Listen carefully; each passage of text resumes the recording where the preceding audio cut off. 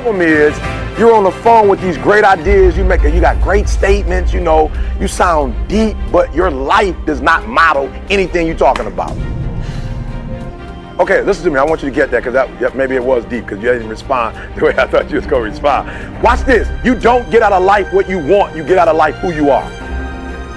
Everybody wants. You think the guy that's driving around in a tricked out Ford Fusion, you think that was his dream car? Like he went to Ford, like, let me get the tricked out Fusion. I've always wanted this, right? Right? That's not the car you wanted. You think the guy that's living in the low housing income area, that's where he wanted to live? No. When he passed the gated community, he wants to be there too. Right? But the guy who lives in the gated community, who drives the car he always wanted to drive, the difference between the two of them, that one of them says certain things, this is what I want, and the other one is what he says. He is what he says. He is the words that come out of his mouth and the lifestyle that he lives, the things that he do, they are congruent. Right? That's why some rappers, like, people are like, how in the world is this rapper, how's he doing what he's doing? Because he said that this is the lifestyle that he lived, right? You look at Jay-Z. Jay-Z said he did this, this, and this to get to this. And when people go back and look at his life, they're like, he did that. Now, there are other rappers, I won't say their names, but they got really released from the game because they claimed to live a certain lifestyle. They said they did this, and then when you did homework on them, you found out they were from the suburbs.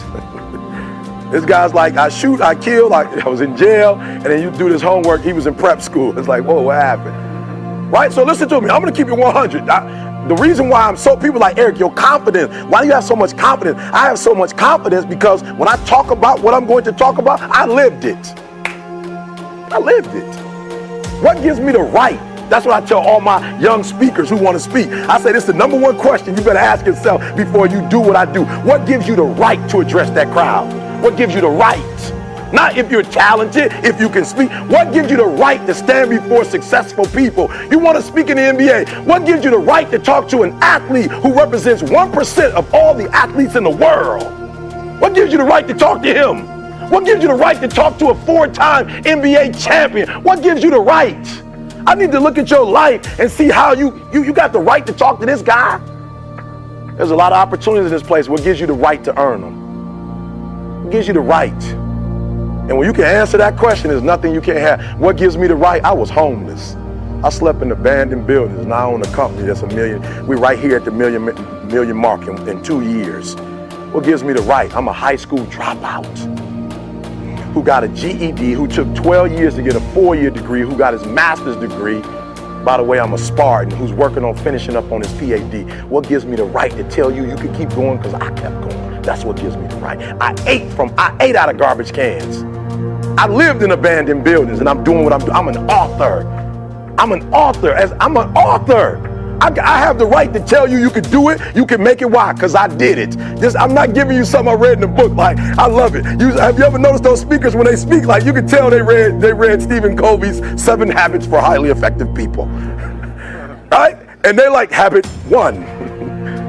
I'm like, that's Stephen Covey. Like, he has the right. What do I mean by right? Write this down. Sweat equity. Sweat equity. That means Stephen Covey has the right to tell me these 7 habits because he's went through sweat, blood, and tears to come up with those 7 habits. Those 7 habits didn't come from him sitting in the classroom somewhere. Those 7 habits came from living, from life. What does it take to be successful? Can I be real with you? You can go to any bookstore and get what it takes to be successful. You can get that. You can go to any bookstore. Somebody wrote about it. The challenge is not what does it take. The challenge is, do you have a heart to do what it tells you to do? Can you make the sacrifices? Listen to me very close. I guarantee you, there's probably a book called Success for Dummies that breaks it down real plain. But what makes a man get up at 3 o'clock in the morning versus a man that gets up just in time to go to work? It's not that the guy that has to be to work at 7 o'clock who gets up at 6:30 to be somewhere at 7, it's not that he doesn't know that if he gets up at 5 o'clock, he could probably be better. The problem is he don't have a heart to get up early. He don't have the discipline to get up early. It's not the knowledge that he lacks, it's the heart. And you can't go buy that at Walmart.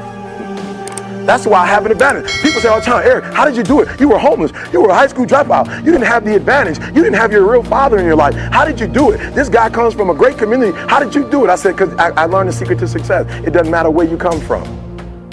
If you come from privilege, your mama can buy you a car. They can send you to the best college in the world, but she can't make you get up and go to class. Your daddy could own everything and be a billionaire, but the drive he had to get the billions, he can't take you to Walmart and buy the drive.